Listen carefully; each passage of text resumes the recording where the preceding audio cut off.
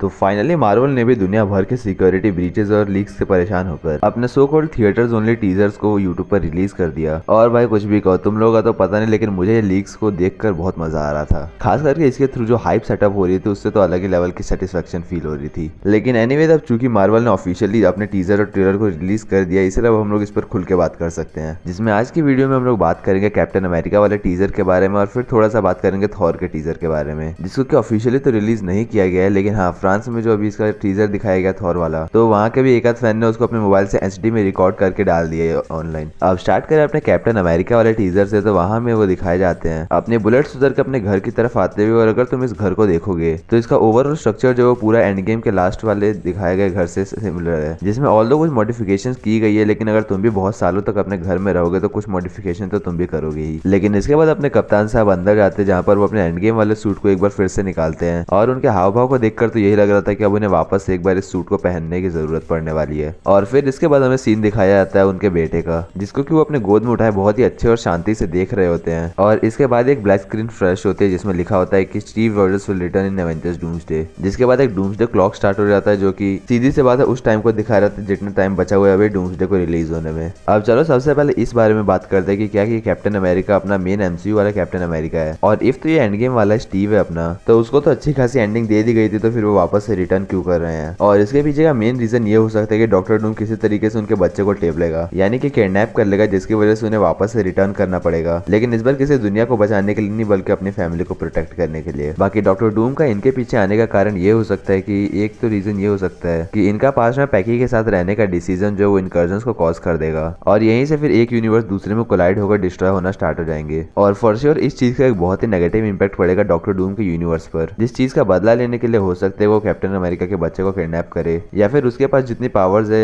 या फिर ये जो पूरा इनकर्जन वाला सीन है उन सबको स्टेबिलाईज करने के पीछे मे बी कैप्टन अमेरिका के बेटे का कोई रोल हो सकता है। और बाकी इन सारी चीजों को छोड़ दिया जाए तो इस पूरे टीजर में कुछ ज्यादा उतनी बड़ी डिटेल्स को नहीं दिखाया गया है। इसलिए अब अपना मूव ऑन करते हैं थॉर के टीजर पर, जिसमें हमको दिखाया जाता है कि थॉर कुछ जंगल टाइप के एरिया में चल रहा होता है। और देखो इस टीजर में क्या होता है कि सीन्स एक के बाद एक चलते रहते हैं, और उसके बैकग्राउंड में थॉर की प्रेयर भी चल रही होती है ओडिन के पास, जिसमें मैं पहले तुमको सीन्स को ब्रीफ में एक्सप्लेन कर देता हूँ कि वहाँ पर क्या क्या हमें दिखाया गया था, एंड देन उसके बाद मैं तुम्हें बताऊंगा कि ये जो सारी डायलॉग्स इसमें थे उन सब का मतलब क्या है। अब थॉर इस पूरे जंगल वाले एरिया से चलते चलते अपने पेंट हाउस में पहुंचता है, जो कि एक काफी एस्थेटिक वाली वाइब्स दे रहा था। और इसी घर के अंदर होती है लव, यानी कि गॉर की बेटी जिसको इटर्निटी ने जिंदा कर दिया था, और अब थॉर ने काइंड ऑफ उसको अडॉप्ट कर लिया था। और अगर तुम भूल गए हो तो मैं तुम्हें बता देता हूँ कि चूंकि लव को इटर्निटी ने रिवाइव किया था, इसलिए उसके पास इटर्निटी का भी एक फ्रैक्शन ऑफ पावर्स है। और कंसीडरिंग कि इटर्निटी कितना ज्यादा पावरफुल बंदा है, उसकी फ्रैक्शन ऑफ पावर्स होना भी बहुत बड़ी बात है। लेकिन फिर लव से सीन फॉरवर्ड होते हुए हमें थॉर को दिखाया जाता है, जो कि इस बार अपने घुटनों के बल पे बैठा हुआ है, और वो स्टॉर्मब्रेकर को हाथ में लिए ओडिन से प्रे कर रहा है कि फादर, जब जब दुनिया को मेरी जरूरत पड़ी और मुझे अपनी ड्यूटीज को निभाने की जरूरत पड़ी है, तब तब मैंने एक भी बार अपनी जिम्मेदारियों से पीछे नहीं हटा हूँ। पर इस पूरे कॉज ऑफ ऑनर, बैटल और ड्यूटी के बीच किस्मत ने मुझे वो ऑफर किया जिसके बारे में मैंने कभी भी नहीं सोचा था, यानी कि एक बेटी। और वो ओडिन से आगे कहता है कि मुझे इस बार इतनी शक्ति दीजिए कि मैं एक लास्ट बार लड़ सकूं, एक नए एनिमी को डिफीट कर सकूं और वापस अपनी बेटी के पास लौट आऊं, लेकिन एक वॉरियर की नहीं बल्कि एक प्रोटेक्टर की तरह। क्योंकि ये बच्चे किसी जंग को नहीं जानते बल्कि सिर्फ चिंता को जानते हैं, कुछ ऐसी चिंता जिसको कि मैंने कभी फील नहीं किया है। इसलिए मैं आपसे भीख मांगता हूँ पिताजी की मेरी बातों को सुनिए और मुझे शक्ति दीजिए। अब मैं तुम्हें वो एग्जैक्ट वर्ड्स पढ़ के सुनाने वाला हूँ जो कि थॉर ने कहे थे,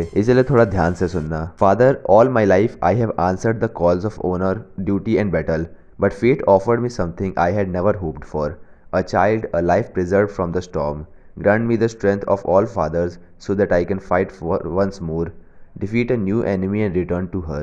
not as a warrior but as a protector. They do not know war but worry, the kind I have never known. I beg you father, hear my prayer. और फिर इन सभी चीजों के बाद फिर से एक ब्लैक स्क्रीन फ्लैश होती है जिसमें लिखा होता है कि Thor Odinson will return in Avengers Doomsday, and again Doomsday clock start हो जाता है। बाकी इस टीजर ने कुछ सेटअप किया हो या फिर ना किया हो, इस बात को तो कंफर्म कर दिया है कि अपने को फिर से इन्फिनिटी वॉर वाला गॉडली थॉर देखने को मिलेगा। इवन अभी रूमर्स तो कुछ ऐसे भी हैं कि एवेंजर्स डूम्सडे के एंड में थॉर मर जाएगा, स्पेशली एक वॉरियर की डेथ, जिसके बाद उसको वेलहेला में एंट्री मिलेगी। क्योंकि देखो नॉर्स माइथोलॉजी का क्या केस है कि अगर कोई भी योद्धा किसी युद्ध में या फिर किसी को बचाते हुए मारा जाता है तो फिर उसको वेलहेला में एंट्री मिलती है, है, जिसके बाद उसकी आफ्टर लाइफ बहुत अच्छी होती है। लेकिन चूंकि थॉर का काम इस बार अधूरा रहेगा, इसलिए वो वैलहल्ला में ओडिन से मिलेगा, जो कि थॉर को अपनी पूरी ओडिन फोर्स देगा और उसको यूज कैसे करना है वो भी सिखाएगा। लेकिन फिर सीक्रेट वॉर्स में थॉर यहीं पर नहीं रुकेगा, बल्कि वो रून्स की पावर्स को भी ऑब्टेन करेगा, जिसके बाद वो बन जाएगा रून किंग थॉर और फिर सारे एवेंजर्स को ज्वाइन करेगा सीक्रेट वॉर्स की फाइनल बैटल में। और ये पूरा सीन कुछ ऐसे चल सकता है जैसा इन्फिनिटी वॉर में चला था, मतलब कि एक तरफ तो फाइट हो रही थी बहुत सारे लोगों की, जैसे कि टाइटन बैटल और वकांडा बैटल की, लेकिन उसके पैरेलल में हमें कैसे दिखाया जा रहा था कि थॉर स्टॉर्म ब्रेकर बनाने गया है और फिर जब वो स्टॉर्म ब्रेकर बना लेता है तब वो एंट्री करता है वकांडा में। तो सेम अगेन हमें सीक्रेट वॉर्स में भी ऐसा देखने को मिल सकता है कि एक तरफ तो बैटल्स चल रही हो जिसके पैरेलल में थॉर रून्स की पावर्स को ऑब्टेन कर रहा हो और हासिल कर रहा हो, जिसके बाद अगेन हमें बहुत बैडरेस एंट्री देखने को मिलने वाली है। अब बाकी तुम्हारे इन दोनों ही टीजर्स के बारे में क्या मानना है मुझे कमेंट में जरूर बताना, क्योंकि अब वो टाइम आ चुका है कि हम लोग इन सभी चीजों के बारे में खुल के बात करें और मजा बहुत आएगा। बाकी तुम्हारे पास कोई क्वेश्चन हो मार्वल, डीसी या फिर स्ट्रेंजर थिंग्स से रिलेटेड तो उसे भी कमेंट कर देना। देन कुछ 2 दिनों में स्ट्रेंजर थिंग्स का वॉल्यूम 2 भी आ ही रहा है, जिसको कि मैं अच्छे से एक्सप्लेन करूंगा ही, इसलिए उसके लिए सब्सक्राइब करके रख लेना और बेल आइकन को दबा देना। ये वीडियो अच्छी लगेगी तो लाइक और शेयर भी कर देना। तो मैं मिलता हूँ अगले वीडियो में, बाय।